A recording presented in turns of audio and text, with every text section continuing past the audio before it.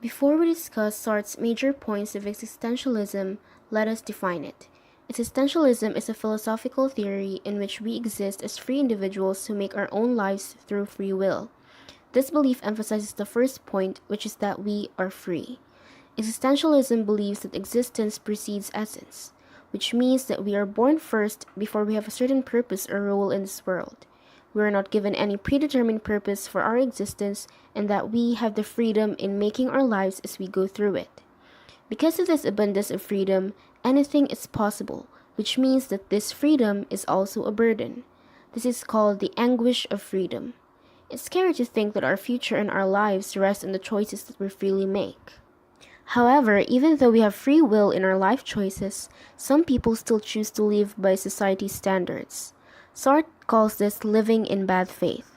Basically, you go to school, graduate, get a job, find a partner, marry, have kids, send them to school, have grandchildren, and then die.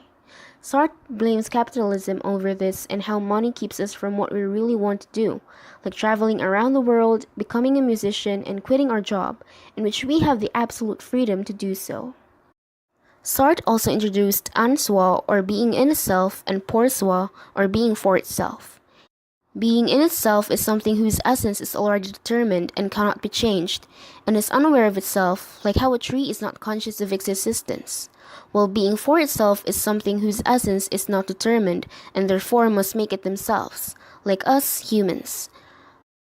For itself means that we are aware of our existence, but Sartre argues that we become aware of ourselves only when we are perceived by others.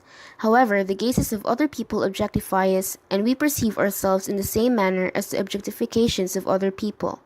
Due to this, Sartre states that hell is other people, which is the second point in existentialism.